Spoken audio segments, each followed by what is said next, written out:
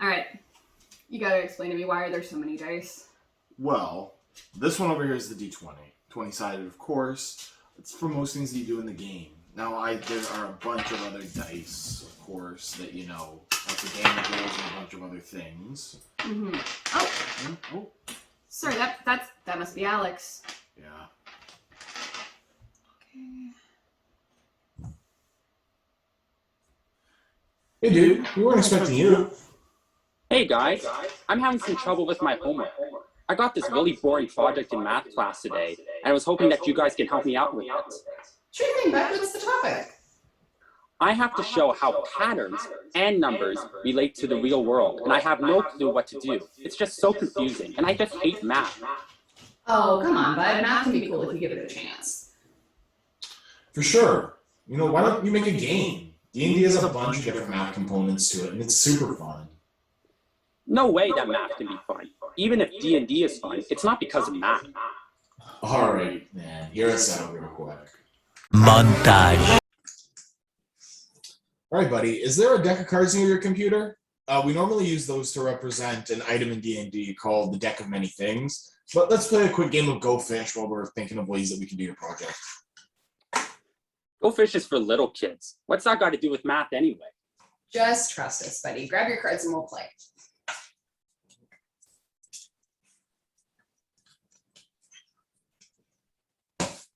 You? So, you know how I teach kindergarten? Yep. Oh, do you have a 5, by the way? Go Fish, my man. Well, in class today, we were using dot plates to show how numbers relate to patterns. Did you ever use dot plates in school? I think I did when I was little. They are definitely more common for younger grades because they help make sense of a number in a more visual way, but they can be helpful for older students too. I have a friend in my class that shows numbers using pictures. I never got why they did that, but I guess that makes sense. But how does that still help me out with my project? Hey, Alex, do you have a 7? Go Fish. So try and think of the places where you can see those sorts of patterns in games. Are there any games that you like to play? Well, I did play Yahtzee last week. Oh, that's a perfect example. Dice are great for recognizing dot patterns. Give a 6. All right. Oh, I get it. So kind of like in dominoes, when there are a bunch of dots on each tile, that means that there are different numbers. Exactly. Teachers actually have a word for recognizing a number when it's represented by something else. We call it subitizing. Do you have an ace? Actually, this is a great example. But there isn't even a number on an ace. Well, in a deck of cards, there aren't any 1s, 11s, 12s, or 13s, but every suit has 13 cards. So instead of numbers, we have the ace, jacks, kings, and queens to represent the numbers. Huh. I never thought of it like that. Give a king. Sweet. It definitely requires a bit of abstract thinking, but even in Go Fish, you have subitizing. Can you see how? Well, when we are asking for a card, we have to be able to tell that the one we get is the one we asked for. Exactly. You're perceiving that they have the same value, and so they make a pair. This isn't king. Montage. All right. We're done. Yep. I just can't use Go Fish. It's way too easy. Board game. Tons of them use a very similar math-related concepts. Take the game of life, for instance. That game uses a number wheel that you spin to determine the number of spaces that you move. It's actually a really cool example of cardinal numbers. I think I've kind of liked the idea of using dice better. All right. So let's see here. I mean, you could do something like snakes and ladders because it has dice and counting patterns, but that might be a little too basic for your grade level. I think it's more appropriate for like grade 1. A game like Monopoly could work. That's a great idea. You've got dice. It also incorporates money and its materials, which is a different kind of subitizing in and of itself.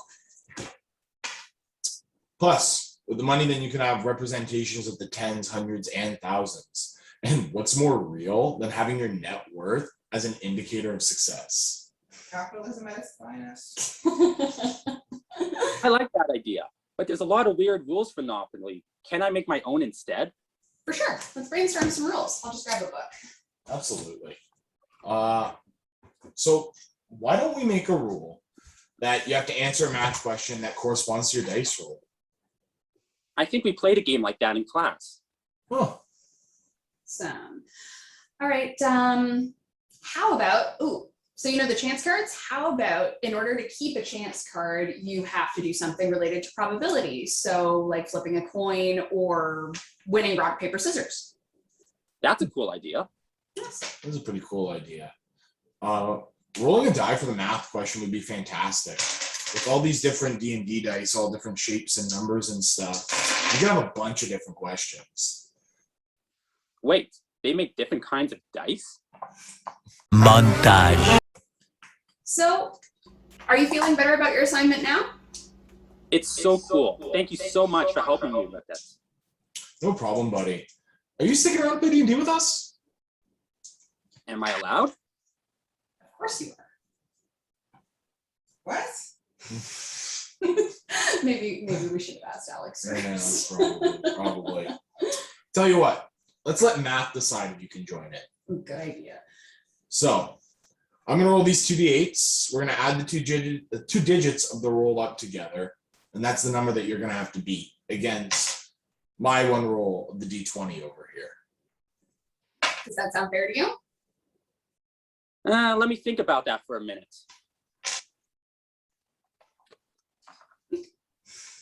So loud. Thanks so much for helping me out. No problem, buddy. Let's play some D&D. There are numerous related theories and methods that relate to dot plates.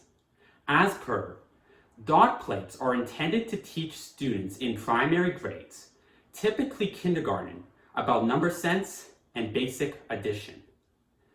It is the primary goal of dot plates to help students gain number recognition by viewing the value of a number in terms of dots. The first related theory to help students in the kindergarten level learn about number sense would be path games. In this related theory, students are set up to play basic board games that are intended towards understanding counting. For example, a student can roll a 6-sided die and then move the character on the board the same number of spaces. This is a useful activity because students are encouraged to recognize number values and apply them in a practical setting. Going forth, since dot plates help build number value through value recognition, the mystery bag activity attempts to do this through a physical value. For example, students are placed into small groups where one of the children places a certain number of marbles into a small cloth bag that is not see-through. The next students in the group place his or her hand into the bag and counts the number of marbles without taking their hand out of the bag.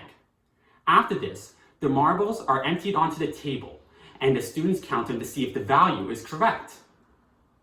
Lastly, the final related theory combines number values with drawing, in which students create an image based on a certain number. For instance, the teacher can instruct the class to draw a picture that depicts the number 3. Thus, students can decide to draw 3 suns, 3 fish, 3 houses, or whatever they want. This allows the children to display their own creativity. In conclusion, dot plates are an effective learning tool because they help young children associate number sense with value. The related theories provided in this presentation allow students to use fun but meaningful concepts to help contribute to their math learning skills. Thank you.